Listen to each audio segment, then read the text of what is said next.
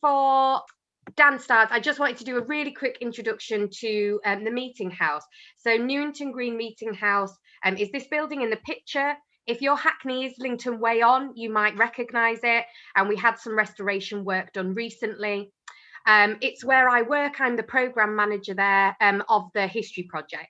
So this event and all the events that we have been doing, sharing the history of Mary Wollstonecraft and the dissenters, is thanks to funding from the National Lottery Heritage Fund.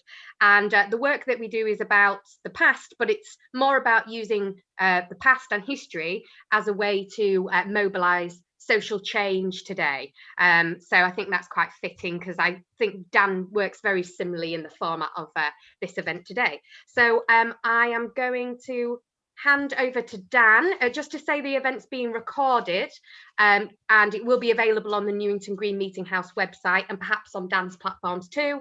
Yeah, great. Thank you so much, and over to Dan.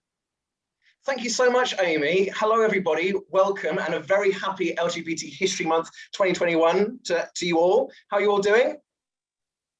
Great. My name is Dan Delamont, and I am a performer, curator, and tour guide specialising in queer heritage. And I'm single.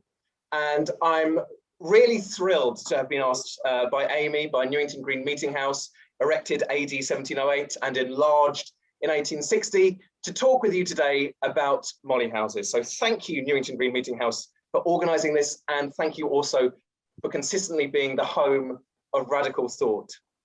Now, I'm very aware right now that it's a Thursday evening, which normally only means one thing, in this household at least: drag race. So don't worry, I'll only keep you up to 8 o'clock, and then we can all watch it together, maybe.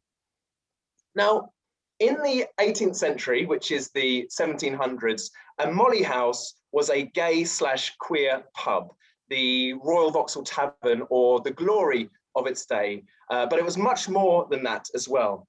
Just like those two examples, the RVT and the Glory, the molly houses in London in the 1700s were community spaces, ceremonial spaces, a space for gender and sexual exploration, a space for play, a space for mischief, and a safe space as well. If any of you were at the British Library talk on mollies last week, you'll have seen Mark Ravenhill, the playwright of this play, Mother Clapp's Molly House, compare the molly houses of London in the 1700s with the Vogue ballroom houses in New York in the 1980s. Both were literally known as houses, but spaces in which you could find your chosen family and tribe. But also, both examples had mothers, these matriarchal figures who supposedly kept order, kept out or in the retrobates, and did their best to protect you from Lily Law and Pretty Police and Pretty Patel. The parallels between the molly houses and House of whatever in New York in the 1980s are incredible, actually. And although it's very unlikely that anyone in the New York Vogue scene of the 1980s would ever have heard of Mother Clapp and the like, the parallels are striking. Now, the word molly either came from Mary, a term of endearment, mulier, the Latin for woman, or molly, meaning soft. But within the community, molly really meant puff, or fairy, or pansy. So it was slang, definitely not the more clinical term of homosexual. So it was very much street vernacular to be a molly rather than an objective dictionary definition. But being a molly was much more than just going to the pub and having a quick shag in the room upstairs, which is, I'm sure, why we're all so desperate for pubs to reopen. It was a whole way of living, and whole characters and identities needed to be created, which is what we're going to do now collectively, all of us here together on this Zoom. So any molly worth their salt would have had a maiden name, which is a female name either selected or given to a molly, which is reflective of their personal appearance, their occupation, or other signifier about them. Now, what makes this slightly more complicated is that this molly name might be very, very literal, or it might be very, very ironic. So when we're trawling through the archives and we come across a fat Susan, for example, we can't be too sure whether she literally was fat or whether other bitchy, jealous Queenie Mollies gave this slim Molly this name to bring her down a peg or two. So other examples of those Molly maiden names, we've got Orange Deb, who was Martin McIntosh, an orange seller. I prefer the name Orange Deb to Martin McIntosh personally. No offense to any Martin McIntoshes on the Zoom tonight. Hanover Kate came from Germany. This is a good one. Hardware Nan was an older person who sold hardware. This is also a good one. Old Fish Hannah and Young Fish Hannah were two fishmongers of different ages. My personal favorite is this one, Susan Guzzle, who liked to drink. And for some reason, it makes me think the name Susan Guzzle makes me think of the name John Sizzle, who co-runs Hackney's contemporary Molly house, The Glory in Haggerston, along with Johnny, of course, who's on the call. Joanna, the ox-cheeked woman, either had big jowls or a huge arse, we're not sure. And so what we're going to do collectively now is I'm going to give you 2 minutes to come up with your very own maiden name. Now, remember the rules on how you come up with your Molly name. It can be based on your occupation, some element of your appearance, whether ironic or literal, where you come from, what you like to do, what you're known or notorious for. That's how you get your Molly name. And then you add a woman's name either before or after. It's entirely up to you what woman's name you choose. And once you've got your maiden name, stick it in the chat and we'll see which Mollies are here on this Zoom tonight. I'll give you 1 or 2 minutes to do that now. So we've got some in the chat already. We've got Polly, let's see. Oh, they're coming in thick and fast. Margot Rimmer, I love that one. Give us a wave, Margot Rimmer. Perhaps there you are, Margot. I think I can guess why you might be called Margot Rimmer. Let's see. Scrivener Jill, says Darren Smith. That's a good one. Messy Irish Mary is Billy McMahon. Who else have we got? Footy Deborah.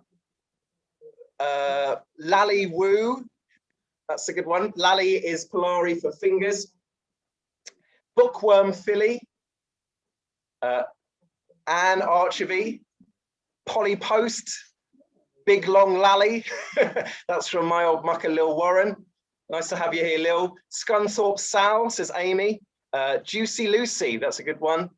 Fast Track Delilah. Boobsy Barbara, I guess. Hairy Sally. Boozy Susie. Waffle Alex. Raucous Roz. Dolly Darling. Jalsy the Wood. I think we can work that one out as well. Natasha Buzaluk. Tiny Bell. Tinsel Tina, Artie Lulu, Shitty Draw Sally. That's a very good one. Red Hook Tina, Boozy Susie. I think I've read that one already. Scottish Susie. Someone's just written Legs. Great. Broken Glass Bertha and Prosecco Polly. They're in the same household. Pancake Petey. Labia Limerick. Very good. Turkey Gobble and Peaches Petra. Tiny Tuga Twinny. Moist Maisie is here in the house. Hi, Moist Maisie. Chicken Soup Sarah. Dyker Lou. Hi, Lou. Nice to have you here as well. Those are great. Any more Molly names? Busty Springfield. That's more of a drag name, I think, than a Molly name, perhaps Lucia. But that's great. Fat Fanny. I'd go to the doctor if I were you. That's great from Heather. I'll just ask my flatmates that are sat in the corner if you've got any names. Okay, not very good from this household, but the ones in the chat. Yorkshire Pudding Pam. That's great. So we're going to continue now. If you've not had a chance to come up with your Molly name, give it a little think and perhaps put it in the chat later on. Now, there were Molly houses across London, in particular around Holborn and Moorgate. Now, I'm going to focus on Molly activity in Hackney as much as I can, because that was the brief given to me by our mates at Newington Green Meeting House. But forgive me if I stray slightly outside the postcode, because to be a Hackney boy such as myself is to occasionally dip your toe into Tower Hamlets, Islington, or the Square Mile, innit? Now, How do we know about the Mollies? Well, ironically, the organizations and institutions that existed to persecute and oppress gay men, as well as sex workers and the criminal underclass, which the Mollies would certainly have been part of, are the way in which we can celebrate the lives of Mollies today. So the main society that existed at the time of the Mollies was the Society for the Reformation of Manners, who existed to do just that, to protect and support upstanding moral values such as heterosexuality, as well as crackdowns on drunkenness, swearing, and other forms of lewd behavior. Yet the society inadvertently helped to promote homosexuality and molly houses by publicizing their locations, printing their locations, as well as the locations of notorious cruising grounds. Now, what this means is that potential or younger mollies would or could read about molly shenanigans in the society's publications and go, oh, thanks guys, I know where I'll be heading next time there's a full moon, or next time I've got a full moon. Near Newington Green Meeting House, the Stoke Newington-based author Daniel Defoe, author of Robinson Crusoe, who was a moralist, he advocated what was known as the Dutch system of the capture and trials of queer men and mollies being done in secret so as not to fan the flames of homosexual behaviour. I suppose you could say with Daniel Defoe that he'd rather flame the fans of homosexuality rather than fan the flames. But anyway, that joke didn't land. And so without the society, we would have virtually no record or knowledge of the world of 18th century mollies. Now, just to make this slightly more contemporary, one of the reasons why lesbians and lesbianism has never been illegal in this country is because the state was worried that if they inadvertently gave lesbianism publicity by criminalizing it, they would make lesbianism seem cool and something that women would want to try, a bit like drugs at university. Anyway, back to the 18th century. In the 18th century, it was the victims of crime that had to rustle up the initial court costs. So in an extreme example, if your husband was murdered, it was you that had to stump up the costs to bring the murderer to prosecution. Who is the victim of the victimless crime of gay sex, though? And therefore, who is stumping up these court fees?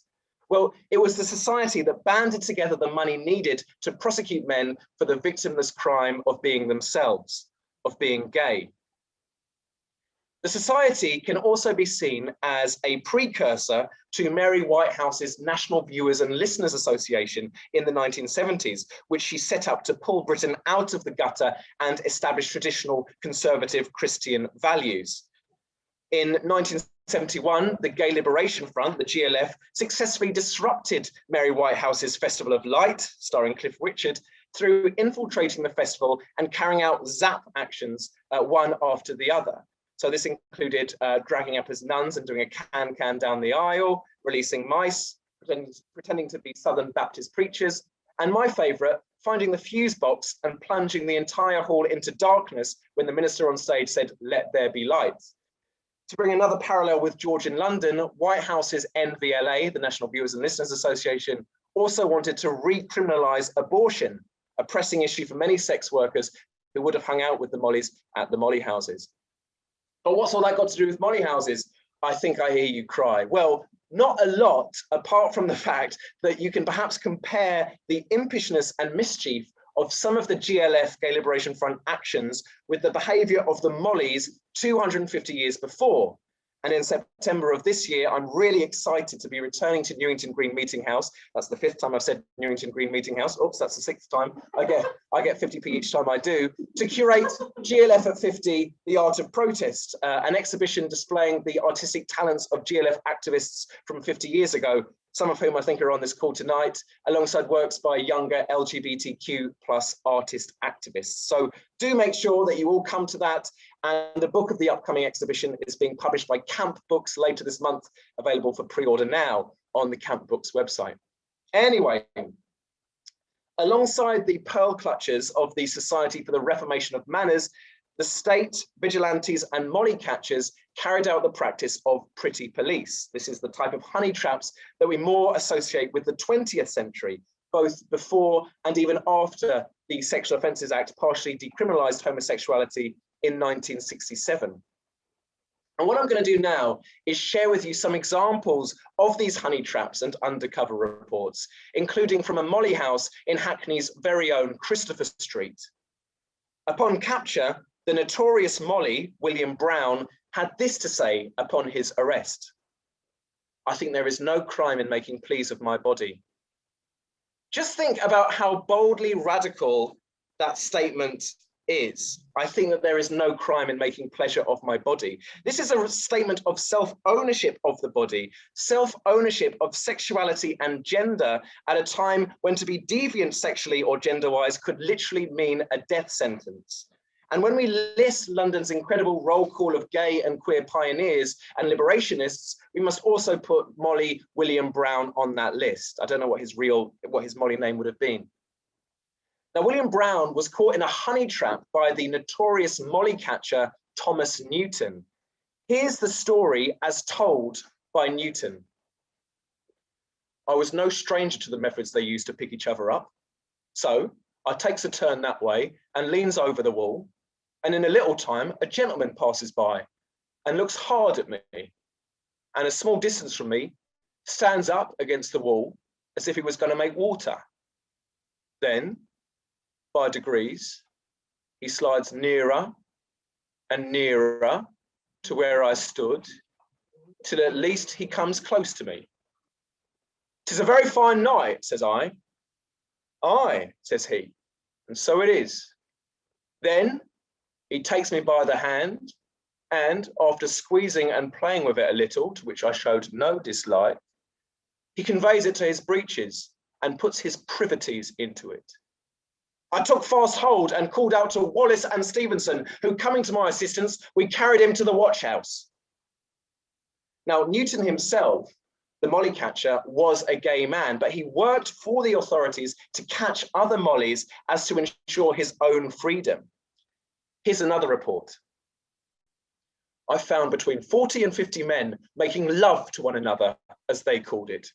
Sometimes they would sit on one another's laps, kissing in a lewd manner and using their hands indecently. Then they would get up, dance and make curtsies and mimic the voices of women. 'Oh, fie, sir, pray, sir, dear sir, Lord, how can you serve me? I swear I'll cry out, you're a wicked devil and you're a bold face. Oh, you little toad, come bus.' Then they'd hug and play and toy and go out by couples into another room on the same floor, to be married, as they called it." Now, that reference to be married leads me to talk about one of the most playful, mischievous and funny aspects of Molly life and culture, which is the ceremonies. Mollies in the Molly houses took part in mock rituals and events such as weddings, births, giving birth to wooden dolls and wooden spoons, and baptisms. But the key word here is mock. These were mock rituals. This was a deliberate inversion of heterosexual or heteronormative norms rather than a genuine desire to copy them or to be like heterosexual society. Richter Norton, who is pretty much king or queen of Molly knowledge in his book Mother Clap's Molly House, the same title as Mark Ravenhill's play, says the Mollies took common stereotypes of anti-homosexual prejudice, e.g. that sodomites were barren and effeminate, and exaggerated them and reveled in them to such an extent that they lost their sting. So this can be read as a sort of reclamation, akin to a more contemporary reclamation of the word and term queer. This is really high camp. So in plain English, the Mollies didn't actually want to get married. This isn't some sort of early equal marriage campaign. Instead, it was a piss take of straight culture and identity. Mollies didn't want to have kids. They didn't want to adopt. It was a piss take of the breeders in society. And I really love this piss take element of the Molly identity because I really link up to it because it's a timeless skill. It's timeless to have this understanding and this viewpoint that generation after generation of gay men have passed on to us by our gay ancestors, almost by osmosis, to take the piss out of heterosexual society. Just look at Love of Huns on Instagram for an example of that. The Mollies would have been effeminate. By the way, I only learned what that word meant because as a kid, Mum told me not to do something because it made me look effeminate. And I remember saying, what does effeminate mean? But anyway, but what's interesting is that this effeminacy was only noticed within the Molly community. It was a calling card to others or a form of peacocking. No court case exists where effeminate behavior was used as proof that someone was a sodomite or a gentleman of the back door, to use a phrase from the day. So this ability to use effeminacy to hide and communicate in plain sight is incredible. Just think about that for a minute. So Molly's being invisible in mainstream society and London life to all but those who they wish to see them. It's like a superhuman skill. What is your superpower? Well, I'm only visible to people who I want to see me. And we can compare this to the language parlare, coming from the Italian parlare, to speak, which was spoken most commonly in the 1950s, so around 200 years later. For those of you that haven't come across it, parlare is this patchwork language made up of a hybrid of European Latin languages, Cockney rhyming slang, back slang, Yiddish, and acronyms. Parlare is a playful, sexual, and funny language, yes, but it's also a language spoken out of necessity. You could drop a parlare term or expression into a conversation and see if anyone picked it up and ran with it. And if they did, you knew you were among friends, or at least were going to get your end away that night. And some parlare terms are still in common use today by people who have no idea that they are actually speaking a secret gay code. So, for example, to scarper means to run away. To mince means to walk in an effeminate way. And so I suppose corn mince is to walk in an effeminate way if you're vegetarian. Zhuzh, to zhuzh up your H&M dress with sequins, for example. Dish is an attractive man. And naff, meaning bad or lame, supposedly coming from the acronym NAFF, not available for fucking. So you might describe either a heterosexual or unattractive man as naff, and often a heterosexual and an unattractive man are, of course, the same thing. The master of parlare was, of course, Kenneth Williams, who would say the most outrageous things every week on BBC Radio. Oh, yes, he did. Oh, yes. Oh. But so cloaked was his parlare that even the eagle-eared Mary Whitehouse couldn't penetrate. By the way, I always smile to myself when I pass a chicken shop called Chicken Cottage, because in parlare, this literally translates as going to a public toilet because you know that there'll be lots of young gay men there. For more on parlare, you can hire me to run workshops on the topic, or read Paul Baker's great book, Fabulosa, or why not support the queer economy in these hard times and do both. But again, what's all this got to do with molly houses? I think I hear you cry. Well, parlare is the daughter of a language made up by the mollies called Cant. And in this book, Baker makes the comparison between the mollies and the latest speakers of parlare. When he says that as well as enjoying sex with other men, both groups use performance, parody, and camp humor and built up a social identity around this shared sexual practice, resulting in a community or subculture. Both groups were criminalized by mainstream society and so were driven underground, and both groups had specific words that were not known by others. Now, one of the general rules of thumb for Cant, the molly language, is that it's very, very descriptive. For example, you can use the word cheat to mean thing which, on top of which you put an adjective. So a hearing cheat is your ear. You might need to keep your hearing cheats peeled for Lily Law. And you can work out then that a smelling cheat is your nose, for example, thing which smells, thing which hears. And the word cheat can be found in parlare as well, such as thumping cheat, which means hard. Oh, be still my thumping cheat, you might cry out if you saw an attractive dish heading for the cottage. In Cant, a trundling cheat was a horse and cart, or a prancer and cart, but by the age of parlare, trundling cheat has been updated to mean taxi. So if some of those cheats are a little bit more cryptic as well. So for example, a lullaby cheat is an infant, thing which you deliver a lullaby to. A rubbing cheat was the gallows, a place where many Cant speakers risked ending up, and a place where your neck certainly got a rubbing. Now, interestingly, in Cant, the word queer meant something that was bad or a threat to the criminal underclass. So, for example, a queer rooster is a police informant. My guess on that one is because roosters make noise, disturb the peace. A queer Ken, no offense to any Kens on the call tonight, was a prison because Ken meant place. So this is bad place. Final one, queer cull is a fool or an idiot, cull person, bad person.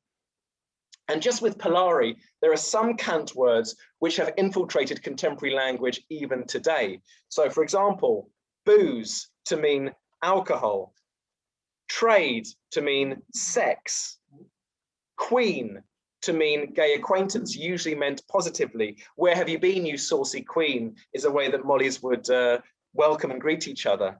And also lifting to mean stealing. So think of shoplifting, for example. And just with Polari, cant is a fun, playful and sexual language. All of the following that I'm about to read to you either mean cruising for sex or having sex in cant. Caterwauling. Bit a blow, that one sounds a bit painful. Put the bite. Endorse, did you endorse the suggestion? Do the story, well, every gay loves an anecdote. Make a bargain, sounds a little bit desperate, but we've all been there. The pleasant deed, been there less often, to be honest. And riding a rump, I think that one's pretty clear what that means. For more contemporary cant and Polari, and to display the evolution of the language, we can perhaps look to RuPaul and Drag Race and terms like work, however you're choosing to spell the word work. And when and if people critique the Americanization of English gay language, just tell them that the term blowjob came over with the GIs in the 1940s. While we're on the subject of language, though, in the 1700s, we saw the birth of newspapers and a larger press.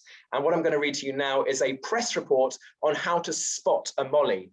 It reads very similar to the coverage of gay men in The Sun or The Mail in the 1980s that we've seen in It's a Sin. So this report comes from the middle of the 1700s on how to spot a Molly or how to spot a gay man more generally. He pats the back of his hands. They put a white handkerchief through the shirt of their coat and wave it to and fro. But if they are met by you, their thumbs stick up their armpits of their waistcoats and they play their fingers upon their breasts like this. By means of these signals, they return to satisfy a passion too horrible for description, too detestable for language. You can imagine Kelvin Mackenzie or Piers Morgan commissioning that piece. And what I'm going to do now is I'm going to read to you a page from this play, Mother Clapp's Molly House, to give you a stronger idea of the excitement and rawness of the time. So I'm going to read from Act 1, Scene 3. It's two boys talking to each other. Orm has spotted Martin around town and followed him back to the shop where Martin works as an apprentice. Orm. So you got Moorfields a few times. Martin. Might have done. You hear what they call Moorfields? No. Sodomites Walk. You never heard that? Never. Oh yeah. You take a piss up Moorfields, take a piss against a wall, and all of a sudden there's one man to the left of you and two to the right of you, and they're all taking a piss too. And then one man will reach out and play with the other one's prick, and t'other man will reach out and touch your prick. Don't you think that's frightening? What do you do? What's that? Man touching your prick. What do? You never had your prick touched? No. Well, you feel such shame, and then you feel lost, and you don't know which way to turn. Just a little flavour of Sodomites Walk in Moorfields there. Now, I want to end this bit of me talking just at you by shining a light on the title character of that play, Mother Clap, and the title character of Victor Norton's book of the same name, Mother Clap. So what is remarkable with Margaret Clap is that we have here, by all accounts, a heterosexual woman who was running a space for gay men. When Mother Clap's Molly House was eventually raided, Margaret Clap has this to say at her trial: I hope it will be considered that I am a woman, and therefore it cannot be thought that I would ever be concerned with such practices. Mother Clap was found guilty of keeping a house in which she procured and encouraged persons to commit sodomy. She was sentenced to stand in the pillory and then serve a 2-year prison sentence. Now, we need to remember that the pillories are not the same as the stocks where you might get your photo taken at an English heritage site today. They were exceptionally cruel and dangerous. People would throw heavy stones and dead animals at you. They could rip the clothes off your back. And the treatment that Margaret Clapp received in the pillory meant that she never got to serve her prison sentence because she died of the injuries that she received in the pillory. And I deliberately end there because a lot of what I have said tonight has been sexy and, I hope, and playful and exciting. But it is also important to remember that this was a time of great danger and persecution, not just to the Mollies, but for everyone in society who had some element of their identity or another had to live lives of resilience and survival.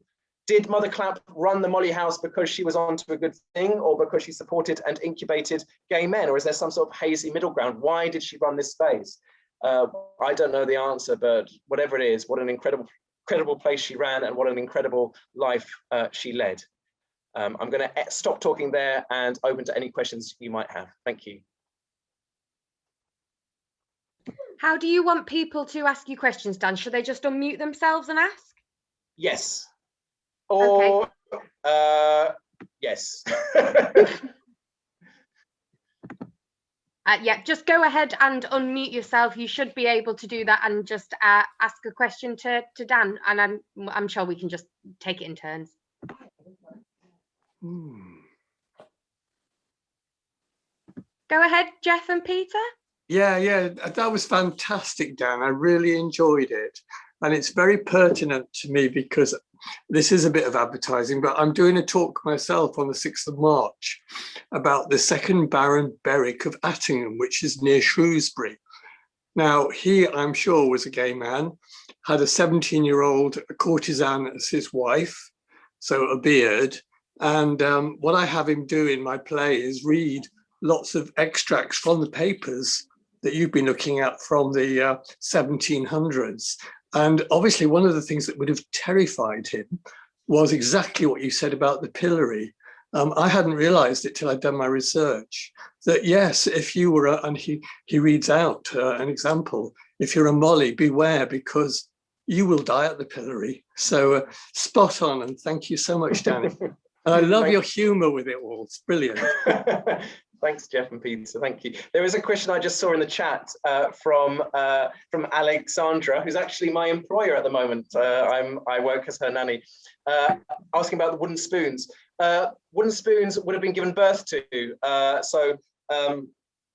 You could either give birth to an ornate wooden doll, but perhaps if you didn't have a wooden doll to hand, the child that you give birth to would be a wooden spoon with a smiley face on it.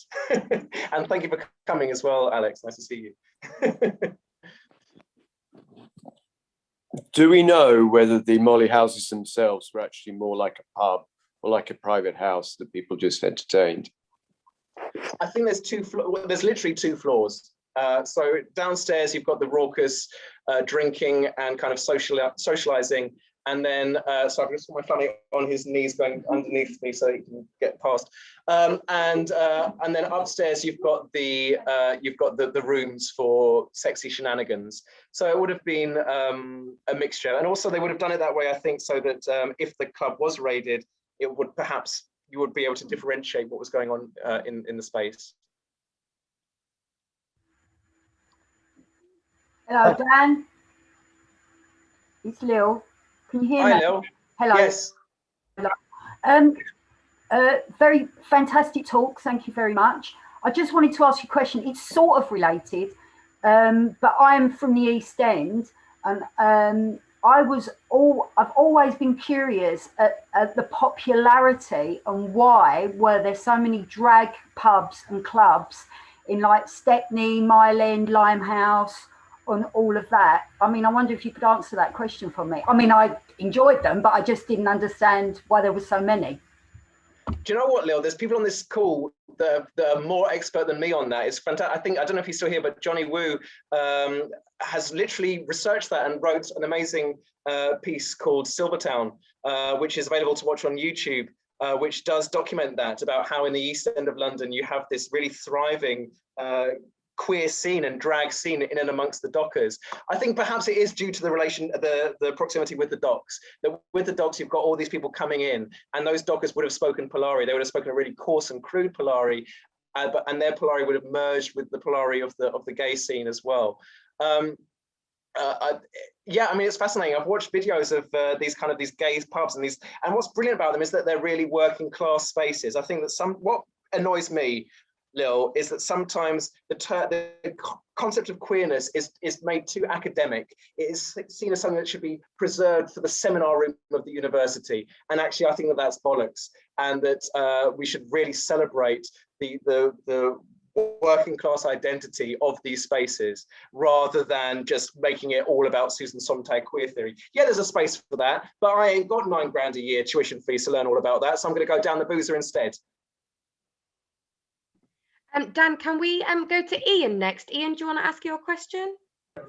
Thanks, Amy, and thanks, Dan. I just wanted to know if you had any more recommended books. You mentioned a couple there, but if there were any more recommended reading that you had. Do you know what? Shall I go and get them? That'd be awesome. Wait there, Ian. Wait there. Okay.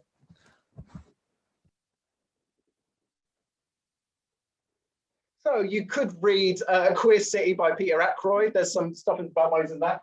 Stuart Feather has written Blowing the Lid, which is all about it's not about mollies, but it's about the stuff I was telling you about Mary Whitehouse and the National Viewers and Listeners Association and the incredible radical work of the Gay Liberation Front. And my mate Dan Glass has written this book, United Queerdom, which is worth a buy as well. And of course, Ian, you're very, very welcome to buy the book that I've written that's just been published by Camp Books. That's available for pre-order now on the Camp Books website. We sold 23 copies today alone. Ain't that amazing? What's it called, Dan? Oh, you've seen that already? What's it called? Oh yeah, what's it called? It's called The Art of Protest.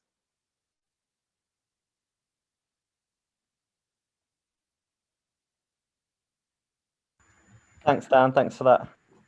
You're welcome. There's a question from Evgeny. Questions. Oh yeah, sorry. I was going to say there's quite a few on the chat. I don't know if you want to work through them. Okay.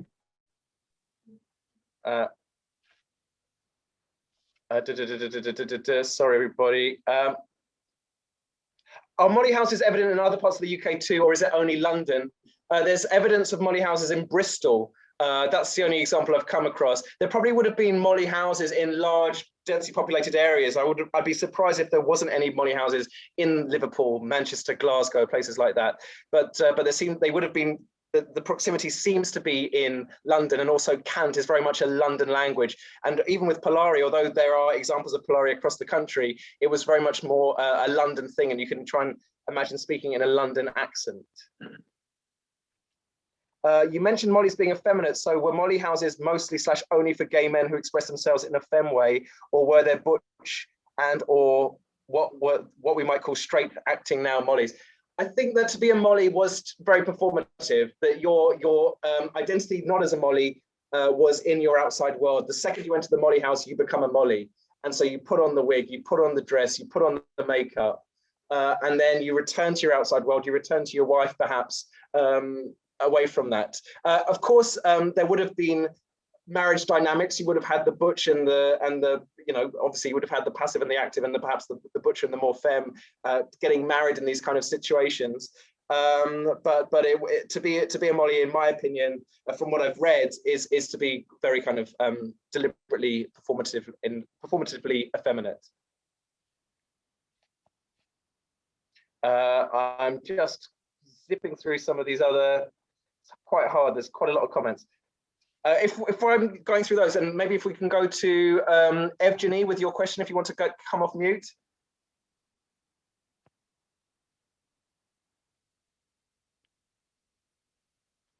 While we wait for that, just this, there's a comment here from Samantha about trans identity. Yes, and perhaps that's obvious that there's been omitted from my talk. That's because I deliberately am hesitant to give a trans identity to people who are not here to say whether they are trans or not. There's examples and case studies of people who, using today's terminology, are gender non-conforming or non-binary or whatever they might be, but I'm hesitant to say this is an example of a trans person, just because that's using contemporary language for someone that lived 300 years ago.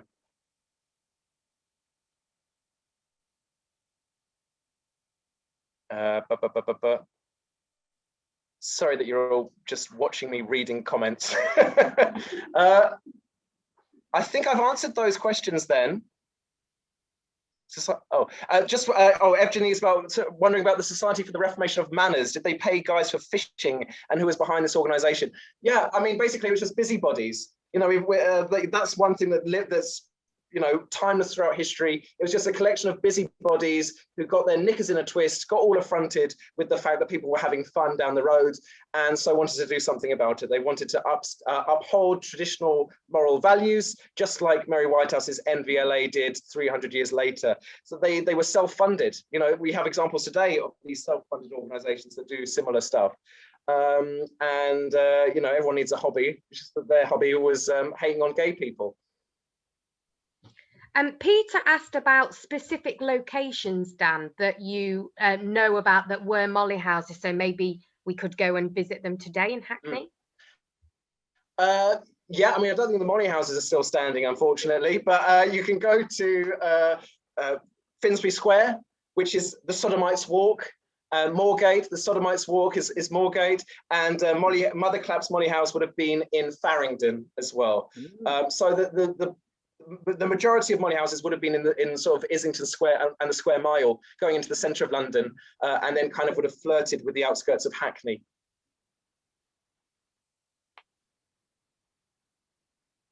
Okay.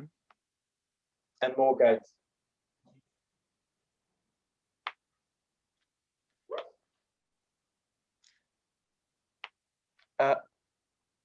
Great. Well, if there's not any other questions, I'm really so thrilled that so many people have given up a Thursday night. Well, I know you've got nothing else on, perhaps, but given up a Thursday night to come to this. It's been really great. And I just, again, want to give my absolute gratitude to Amy and the team at Newington Green Meeting House for having me to do this. Newington Green Meeting House is such a gem. And I'm really, really excited to be back there in September for the exhibition GLF, The Art of Protest. Do come to that. Before then, in May, I will be at Platform Southwark to curate an exhibition called Friendship Circles. Do come to that as well. That's artworks by the artist activist Andrew Lumsden. And it's just been so fantastic to spend this hour with you all. Thank you so much. Get in touch with me if you want at Dan Delamotte about other stuff. But otherwise, thank you all so much for coming. Woo! Dan, what's the best place for people to go to learn more about your work and see? Is that Twitter? Is that the best place to go? Yeah, why not? Yes. Dan Delamotte's my name. And this is my game. So, so yes, Dan Delamotte. I'll say it one more time, Dan Delamotte. Quite hard to spell, D-E-L-A-M-O-T-T-E. It's French, isn't it? Brilliant. Thank you so much, Dan. Oh, I've seen that the caption spelt it wrong. I'll do it just for the captions one final time. D-E space L-A space M-O-T-T-E. There we go. Amazing. Well, thank you so much, everybody. Thanks, everyone. Bye. Dictionary corner. Thank you.